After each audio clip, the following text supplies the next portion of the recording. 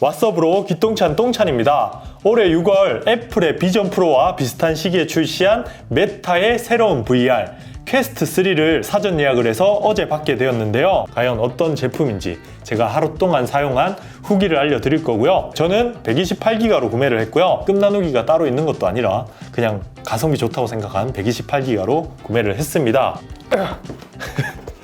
자,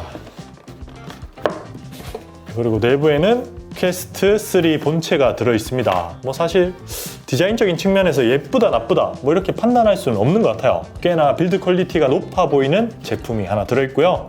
그리고 컨트롤러가 좌우 한 쌍 이렇게 두 개가 나누어져 있습니다. 어댑터와 USB C2C죠.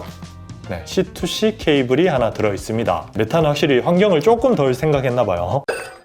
본체 자세히 보기 전에 메타의 새로운 제품을 구매하시면 리퍼럴 코드를 적용할 수 있습니다. 흔히 말하는 추천인 제도인데요. 저도 이거 처음 활성화할 때 리퍼럴 코드를 안 받고 활성화를 하는 바람에 다시 초기화를 하고 받게 되었어요. 그러니까 메타의 퀘스트를 구매하시는 분들은 꼭 리퍼럴 코드를 적용한 다음 퀘스트를 활성화하시기 바랍니다. 혹시라도 그냥 리퍼럴 코드 못 찾겠다 이런 분들은 설명란에 제 리퍼럴 코드 있거든요.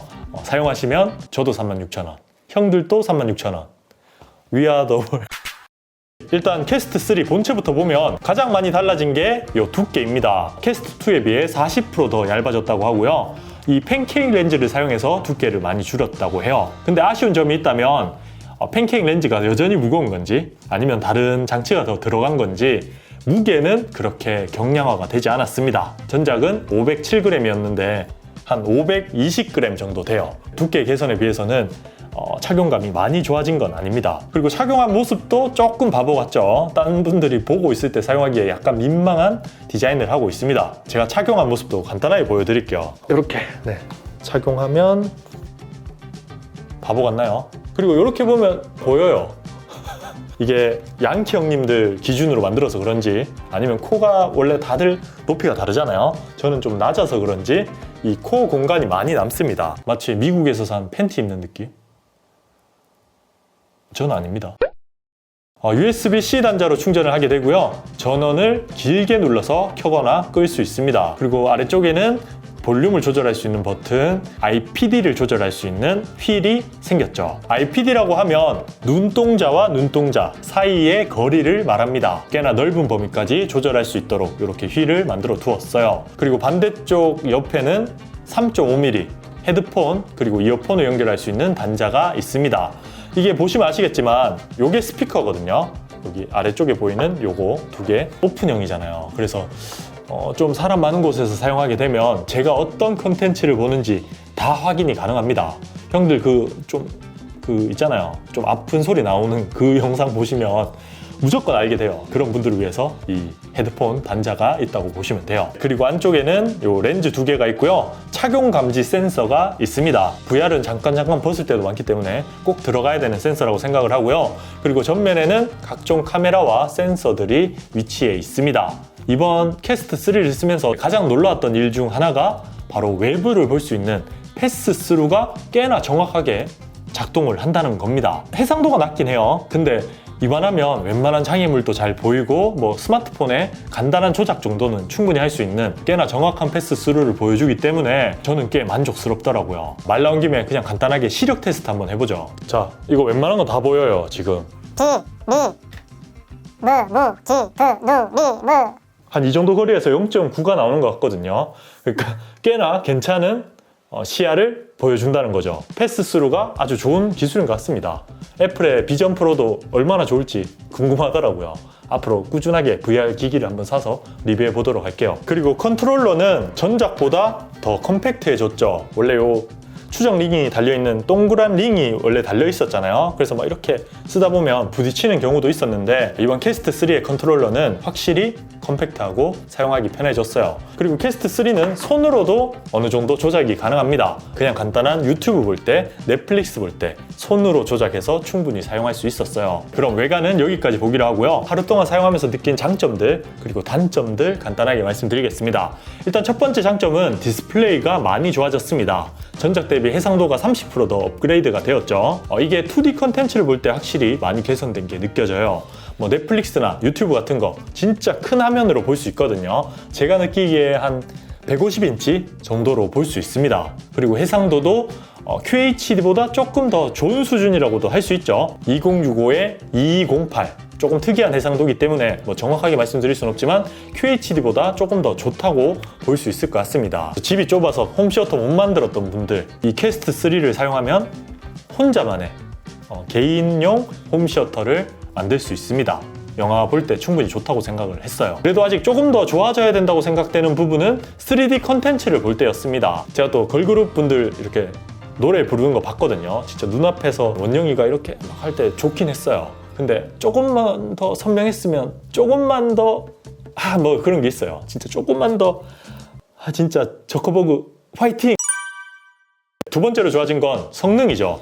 전작 대비 2배 더 좋아진 성능 때문에 컨텐츠를 조금 더 좋은 환경에서 구동할 수 있게 되었습니다. 램도 조금 짜긴 하지만 8기가까지 업그레이드가 되었죠. 안드로이드라 약간 걱정되긴 하지만 제가 사용하면서 크게 부족하다는 느낌은 없었어요. 뭐 어쨌든 성능 향상이 많이 높아졌다는 게 큰 장점이었고요. 또 성능이 좋아졌으니까 발열에 대해서도 제가 간단하게 말씀드릴게요. 제가 느끼기에 여름에 쓰기에는 조금 더울 수 있습니다. 그냥 착용만 해도 좀 불편할 수 있잖아요. 근데 요 위쪽으로도 발열이 좀 느껴져요. 얼굴에 가까이 착용하고 있으면 좀 덥다고 느낄 수 있을 것 같습니다. 근데 뭐 엄청 불편한 건 아니니까 발열이 좀 있다, 이렇게만 알고 가시면 될 것 같아요. 그리고 세 번째 장점은 보급기 치고는 상당히 괜찮은 가격에 괜찮은 성능을 보여주는 것 같습니다. 퀘스트 프로와에 비교했을 때 가격이 거의 반값 수준인데 성능은 되려 더 좋은 부분도 꽤 보이거든요. 제 개인적인 생각이지만 저커버그 형은 생태계를 만드는데 더 큰 힘을 쏟고 있지 않나 생각을 해요. 뭐 기기를 팔아서 큰 돈을 벌자 이런 느낌은 아닌 것 같습니다. 자기가 생태계를 먼저 점령하고 기기는 나중에 따라오잖아요. 애플이 지금 비전 프로를 아주 높은 가격에 출시를 했기 때문에 가격으로 뭔가 뚝 팬다 이런 느낌으로 출시를 한 것 같습니다. 그리고 이제 계속해서 단점을 말씀드리면 제가 느낀 첫 번째 단점은 여전히 착용감이 구리다는 겁니다. 착용하고 30분 지나면 여기 굉장히 답답하고요. 그리고 목도 살짝 아파요. 머리 위에 올려두는 제품은 목에 무리를 준다는 거 다들 아시죠? 이런 게 제가 느낀 첫 번째 단점이었고요. 두 번째 단점은 배터리 타임이죠. 전작 대비 무게가 가벼워지지도 않았는데 배터리 타임이 그대로다. 요건 좀 아쉽다고 생각을 합니다. 물론 성능이 2배 좋아졌기 때문에 배터리 효율이 좋아졌다고도 할 수 있어요.